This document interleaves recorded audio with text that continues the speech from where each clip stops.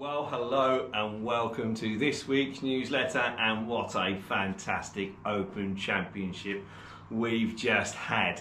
If not a little bit boring, but only a little bit boring in my opinion, because Scotty Scheffler was so blooming good, wasn't he? Absolutely fantastic. I mean, he is taking golf to Tiger-esque levels, isn't he? Really, he's so good. He's so dominant. He's so in control up there, more than anything else.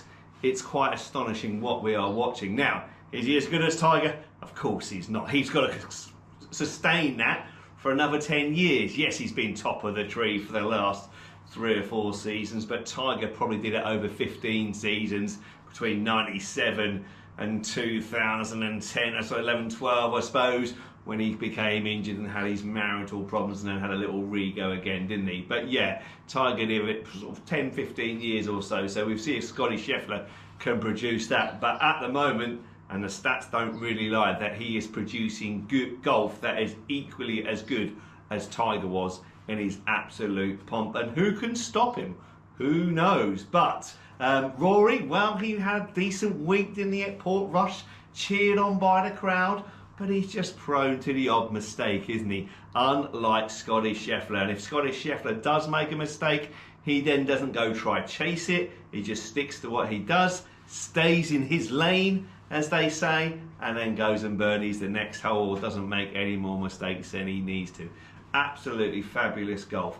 And if you'd have told me 20 years, if you'd have shown me a video of Scotty Scheffler's golf swing 20 years ago and said to me, how do you rate this guy's golf swing? I said, oh my word, he's never going to be any good using his feet like that. But yet, here he is, the most dominant player in a long, long while. Incredible. So how does he do it? Well, he does it ultimately with a hell of a lot of practice, doesn't he? Yeah, he probably works harder than most, I should think. Plus the fact he's got fantastic hand-eye, ball, feet coordination, and ultimately, technically, through the golf ball with his hands and arms, the way he keeps that club face so stable through the golf ball, that is why he's so consistent, despite what his feet are doing. They are all over the place. But it is quite incredible how he does it, because, yeah, certainly something we'd never teach, and fair play to his coach, Randy Lerner, who 20 years ago didn't try and change it. Well, if he did, it didn't work, because he still does the same thing as he did do 20 years ago,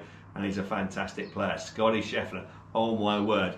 Love him or hate him? I don't love or hate him, to be honest. He's just a fantastic golfer. He's just a bit boring now, isn't he? Obviously, he loves his family, and he got misquoted in the week that everybody was up in arms about, oh, he doesn't love golf, he's not into his golf. Of course he loves golf. He just loves his family more. Isn't that the same for all of us? So it's just the media misguiding those quotes, and then when he wins he only enjoys it for 2 minutes. Well, that's probably taken out of proportion, isn't it, sort of thing. That initial buzz, that initial feeling for when he's won something, that might only last a couple of minutes, mightn't it? But again, that's the same for most of us. But on reflection, he will probably enjoy it. So yeah, it was amazing golf to watch. Scotty Scheffler, incredible. Rory, I mean, he could have lapped the field really. Rory did well, had a top 7 finish, didn't he? Just couldn't quite get it going on the last day. Couldn't quite hit it straight enough off the tee for most of the week. So he didn't quite get up there with Scotty Scheffler. But he's about the only guy that can really live with Scotty Scheffler. But even so, Rory's got his work cut out. And has he got that? Has he got that in him anymore after he's reached his Everest? Who knows? Time will tell next season, won't it really? And I suppose going into the FedEx Class, we might see a little bit more. Okay, let's have a look then and see who won what on our Pro Shop Open sweepstake. So Caleb Pratt drew out Scotty Scheffler. So well done, Caleb. You've won £120 onto your Pro Shop account. Harry Hoff had Harris English. So well done, Harry. You got £80 onto your Pro Shop account. Maggie Hart drew out Chris Gotterup. So Maggie, you've got £50 onto your Pro Shop account. In tied 4th came Wyndham Clark. Now Wyndham Clark, I had a little each way bet on Wyndham Clark at 125 to 1. So I made a nice little bit of money out of Wyndham Clark last week.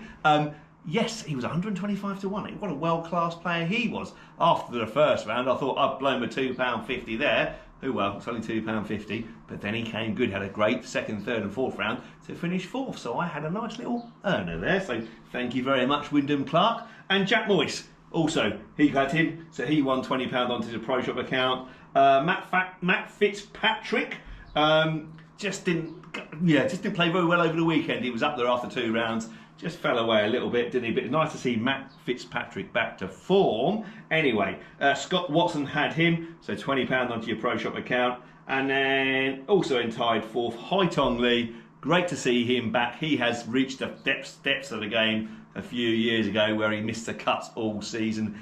Great to see him back to form because he's a great personality, Haitong Lee.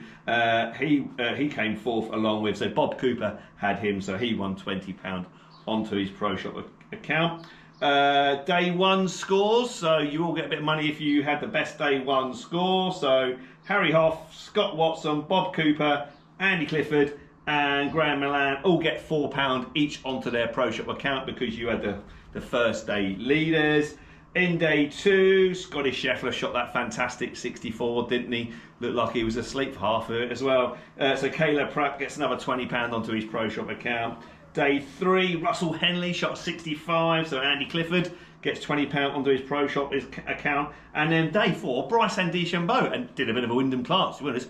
Bryson started off with a 78 and then shot 66, 66, 65 to roar back into contention. I think he tied with McIlroy for tied 7th in the end. Anyway, he had the best round on the last day, so Stewie Pearce got £20 onto his Pro Shop account.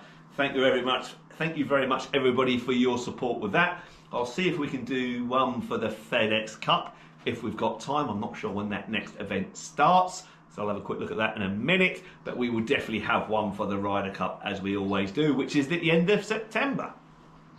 Right, on to competition news now, and we'll start with our latest Pro Captain Challenge match against Steve Stone and Kevin Milne. And what a good game it was. And unfortunately, well, at least me and David played better than we did the previous week, but it wasn't good enough because Jeff and Kevin won by 3 points. They got 44 points between them. Excellent stuff. We got 41, not quite good enough. But yeah, Kevin and Steve were very, very good. Dovetailed excellently well, and really we got close, I think, going down 15 really, but didn't really have enough in the tank to go ahead and overtake them. So yeah, it was Kev Milne and Steve Stone. Well done.